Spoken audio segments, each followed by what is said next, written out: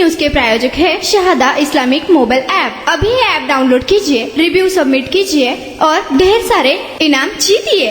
नागपूर प्रमाणे सोलापुरात एकही शिक्षक किंवा शिक्षिकेतर कर्मचारी मान्यता बोगस नाही असे स्पष्टीकरण माध्यमिक शिक्षणाधिकारी सचिन जगताप यांनी सोमवारी दिले। नागपूरमध्ये बोगस शिक्षक मान्यतेचा प्रकार बाहेर आल्यानंतर अनेकांवर कारवाई झाली आहे। यापूर्वी सोलापूरच्या माध्यमिक शिक्षण विभागाने बोगस मान्यता दिल्याची तक्रार शिक्षक संघटनांनी केली होती। तक्रार देऊन 2 महिने उलटले तरी शिक्षणाधिकाऱ्यांनी याकडे दुर्लक्ष केल्याचा आरोप शिक्षक संघटनांनी केला होता। त्यामुळे शिक्षणाधिकारी जगताप यांनी सोमवारी शिक्षक संघटनांच्या प्रतिनिधींची बैठक आयोजित करून याबाबत चर्चा केली व त्यांचा शंकेचा निरसन केले। याबाबत स्पष्टीकरण देताना माध्यमिक शिक्षणाधिकारी सचिन जगताप म्हणाले की बोगस मान्यताबाबत शिक्षण संघटनांनी तक्रार दिली आहे।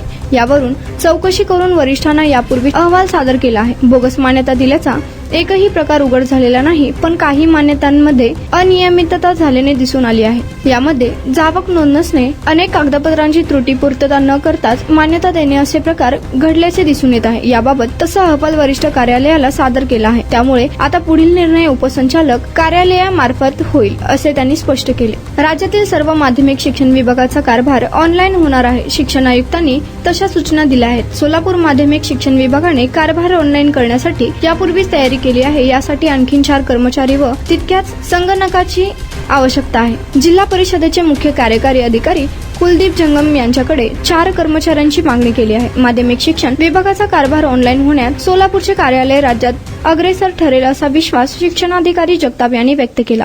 शहादा एक इस्लामिक मोबाइल ऐप है जो आपके दीन के सफर को आसान बनाता है। इसमें हर मुसलमान की जरूरी खिदमत के लिए कई फीचर्स शामिल है। ये ऐप पूरा मुफ्त है और बिना किसी एड्स का है। ये ऐप में आपको मिलेगा अजान अलर्ट्स, किबला कंपास, मस्जिद फाइंडर, ज़कात कैलकुलेटर, कुरान, हदीथ, अल्लाह के 99 नेम, धीकर, दुआ, dark theme, multi language support, Shahada GPT, ऐसे अन्य कई फीचर्स। तो अभी ऐप डाउनलोड करने के लिए QR कोड को स्कैन करिए, रिव्यू दीजिए और कई सारे इनामात जीतिए।